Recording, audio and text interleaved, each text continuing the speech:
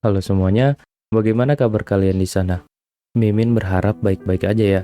Seperti biasa, kali ini Mimin mau bawain cerita lagi dari anime Naruto. Sedikit perjalanan dari tim Taka, serta awal mula kematian Danzo di tangan Sasuke. Bagaimana kelanjutan kisahnya? Sebelum itu, jangan lupa klik like, komen, dan subscribe ya teman-teman, agar supaya aja ini mah Mimin senang mendapatkan respon dari kalian. Oke Markijut, mari kita lanjut.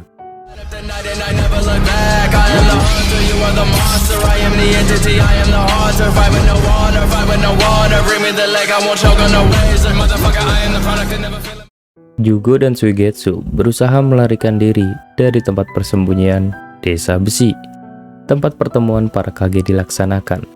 Mereka menyamar sebagai samurai dengan baju zirah lengkap yang bajunya warna abu-abu itu. Namun sayang sekali mereka langsung ditemukan oleh para ninja sensorik di sana. Di tempat lain, klon tinta milik Sai memberitahu Kakashi, Naruto, dan Yamato bahwa anggota Konoha lainnya telah memutuskan untuk membunuh Sasuke sendiri untuk mencegah penyebaran perang yang akan terjadi. Jadi Sasuke di posisi ini emang lagi dalam keadaan buronan ya teman-teman. Waktu itu juga Sasuke padahal lagi keren-kerennya, menjadi idola banyak orang. Tidak seperti sekarang di Boruto yang di-nerf abis-abisan. Di saat itu juga Naruto lagi mode galau karena Sakura bilang kalau dia jatuh cinta kepadanya. Padahal sih ini akal-akalan buaya Sakura aja buat menuhin misi dan ambisi sementaranya. Lagi asik-asiknya galauin, Sai memberitahu bahwa Sakura mencintai Naruto untuk menghentikan dan dia setuju ingin melawan Sasuke sendirian. Inilah yang membuat Naruto terkejut. Mungkin dalam hati Naruto kalau lagi julid, dia bakalan bilang begini, Sakura apaan sih? Emang bisa? Biasanya juga cuma nyusahin doang kan kerjanya. Ini pengen memberhentiin Sasuke sendirian, nanti malah ngerepotin. Nah, saya juga ngasih tahu ke Naruto bahwa satu-satunya alasan Sakura bilang cinta kepada Naruto adalah untuk meringankan Naruto dari janji yang dulu pernah dibuatnya, yaitu untuk membawa Sasuke kembali ke kampung Konoha. Tapi ketika Naruto tetap kuat dalam keputusannya untuk menyelamatkan Sasuke, saya juga memberitahu bahwa alasan Sakura melakukan semua ini adalah karena salah satunya mungkin, ya teman-teman, ini sih mungkin saya juga overthinking karena saya pernah berkata kepada Sakura di Konoha dulu. Saya bilang kalau Sasuke adalah sumber penderitaan bagi Naruto. Nah, hal itulah yang bikin ikut-ikutan Sakura makin terprovokasi untuk mengambil tindakan bodoh, yaitu membunuh Sasuke sendirian. Yang nantinya kita semua tahu kalau senjata yang dipakai buat bunuh Sasuke malah kena Naruto anjrit. Ini lawak banget sih. Di saat pikiran Naruto sedang kewalahan kayak gitu dan hampir putus asa, pada saat itu juga datanglah 3 saudara dari negara pasir, negara jauh antah berantah, yaitu kan Kuro, Temari, dan Gaara. Mereka punya berita penting untuk disampaikan pada saat itu. Apa beritanya? Yaitu nanti kita kasih tahu.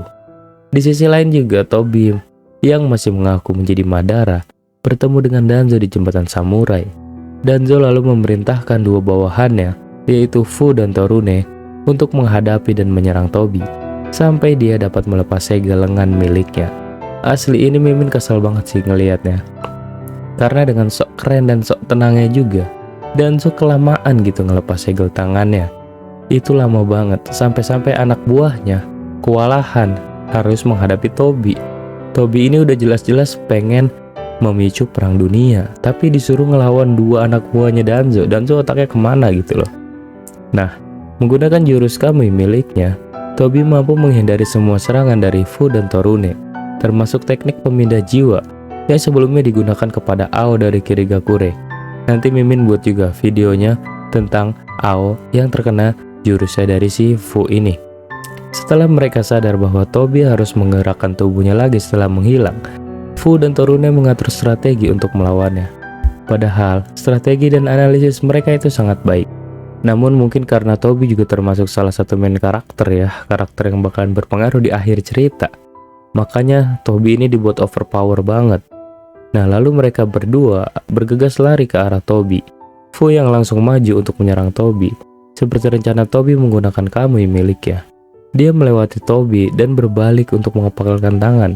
Melihat hal tersebut, Torune sudah melepas sarung tangannya langsung meninju Tobi. Namun ternyata Tobi cuma mau pura-pura nyerang si Fu ini. Dan serangan Torune malah mengenai Fu. Padahal serangan Torune saat itu cukup mematikan karena menggunakan serangga ukuran nano yang akan memakan sel cakra dengan sangat cepat. Serangga ini sangat kecil, bahkan bisa dibilang seperti bakteri, dan sangat mematikan. Saat itu juga Fu terkena serangan dari Torune. Torune langsung menyembuhkan Fu dengan menghisap kembali serangan miliknya. Tobi menyadari bahwa Fu dan Torune berasal dari klan Yamanaka dan klan Aburame di Konoha. Tobi sempat memuji Danzo atas pilihan bawahannya yang cukup baik. Tapi seperti yang sama-sama kita tahu, kalau sebagus apapun bawahannya, Danzo tetap tidak peduli dan rela mengorbankan nyawa mereka demi kepentingan pribadinya. Lalu disinilah momen ikonik yang sering kita lihat, di mana Tobi menghisap Torune dengan hanya menyentuhnya, sedangkan dia menghisap Fu dengan cara memandang bola matanya. Beda nih sama Mimin waktu memandang mantan Mimin, seperti pandangan pertama gitu. Kita kembali lagi ke cerita Naruto yang sedang galau. Gaara, Temari, dan Kankuro menyampaikan peristiwa yang terjadi di pertemuan 5 Kage kepada mereka semua, dan memberitahu Kakashi kalau dia sedang dipertimbangkan sebagai kandidat Hokage ke-6 karena tindakan Danzo yang tiba-tiba menghilang serta mengghosting para Kage. Ini kakek udah tua, udah songong, tukang ghosting juga. Kalian jangan gitu ya teman-teman. Lalu Yamato menyatakan bahwa keputusan seperti itu memerlukan persetujuan dari tetua desa dan para daimyo tentunya. Tetapi Temari menjawab bahwa desa Suna akan segera memberikan respon terhadap perang dunia shinobi yang keempat yang dikumandangkan oleh Tobi.